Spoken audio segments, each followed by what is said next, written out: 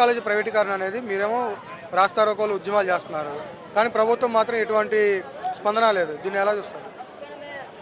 ఈరోజు జగన్మోహన్ రెడ్డి గారు తెచ్చినటువంటి 17 మెడికల్ కాలేజీలు వాటిని ప్రైవేటైజేషన్ చేస్తూ పీపీపీ విధానం ద్వారా ఈ గవర్నమెంట్ జీవో తీసుకొచ్చినటువంటిది ప్రైవేటు వ్యక్తుల్ని మెడికల్ కాలేజీలో భాగస్వామ్యం చేయటం.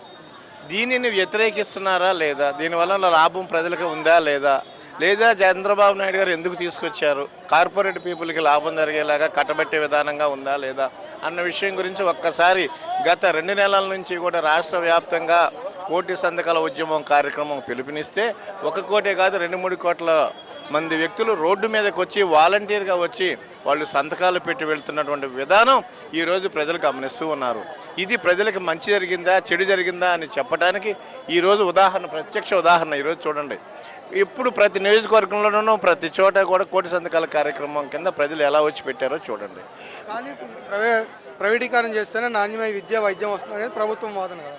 ఓకే, ఒకసారి మీరు చూడండి, నాడు నేడు కింద జగన్మోహన్ రెడ్డి గారు స్కూల్స్ ఏ రకంగా అభివృద్ధి చేసి ఇంగ్లీష్ మీడియం తీసుకొస్తే ప్రతి పేదవాడు కూడా ఇంగ్లీష్ మీడియంలో చదువుకుంటే ఇంటర్నేషనల్ వైజ్గా ఉద్యోగాలకి పోటీ పడటానికి వీళ్ళకి ధైర్యంగా ఉద్యోగాలు రావడానికి ఉపయోగపడుతుంది అని చెప్పేసి ఇంగ్లీష్ మీడియం స్కూల్స్ని తీసుకొచ్చి స్కూల్స్ నాడు నేడు కింద అభివృద్ధి చేయటం, అలాగే మెడికల్ కాలేజీలను తీసుకొచ్చినటువంటిది.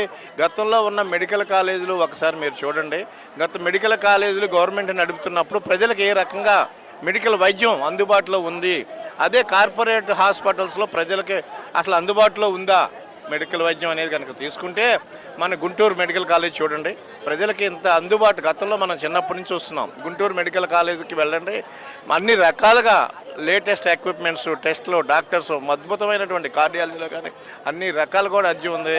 అలాగే గుంటూరు వైజాగ్ తీసుకోండి, జార్జ్ మెడికల్ కాలేజ్ తీసుకోండి, అలాగే కర్నూలు తీసుకోండి, ఇవే కాదు హైదరాబాద్ తీసుకోండి, Gandhi medical college, Osmania medical college తీసుకోండి.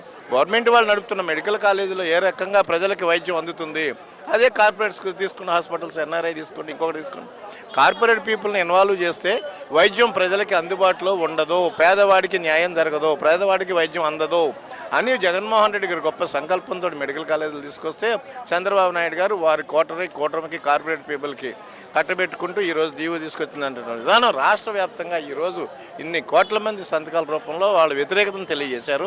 ఇది కూటమి ప్రభుత్వం దీని మీద మూల్యం చెల్లించుకోక తప్పదు. అభివృద్ధి విషయంలోకి వచ్చేసరికి కూడా మనం ఈ మెడికల్ కాలేజీలకి 6,000 రూపాయలు ఖర్చు పెడితే 17 ఆల్రెడీ 5 మెడికల్ కాలేజీలకి అడ్మిషన్ జరుగుతూ ఉన్నాయి. మిగతా కాలేజీలో అడ్మిషన్స్ చేయాలంటే వర్క్ కంప్లీట్ అంటే 5-6 వేల కోట్ల రూపాయలు సరిపోతూ ఉంది. వీటి మీద 5-6 వేల కోట్లు ఈ ప్రభుత్వం ఖర్చు పెట్టకుండా మేము 1 కోటి రూపాయలు ఖర్చు పెట్టి రాజధాని నిర్మాణం చేస్తాం, అద్భుతంగా చేస్తామని చెప్పేసి గతంలో ప్రజలను మోసం చేసినటువంటి విధానం 2014 నుంచి 2019 వరకు గ్రాఫిక్స్ రూపంలో ప్రజలను మాయ చేసి మోసం చేసి అధికారంలో ఉన్నప్పుడు ఏ ప్రకారంగా మళ్ళీ ప్రభుత్వం కోల్పోయారు, ఇప్పుడు అదే తీరుగా ఈరోజు ఈ ప్రభుత్వం కూటమి ప్రభుత్వం చేస్తూ ఉందని చెప్పడానికి ఉదాహరణ